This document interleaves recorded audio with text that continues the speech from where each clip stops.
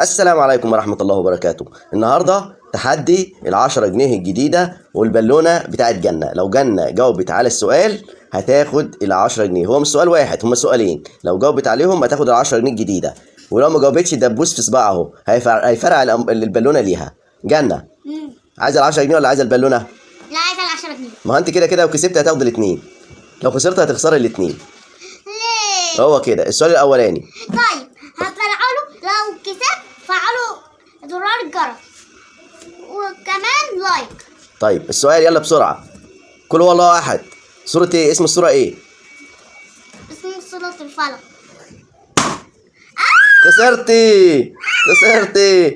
طيب قل أعوذ برب الناس. اسم السورة ايه؟ سورة هتكسبي ال10 جنيه. قل أعوذ برب الناس. اسم السورة ايه؟ السورة علي صوتك. الناس. ايه كسبت ال10 جنيه.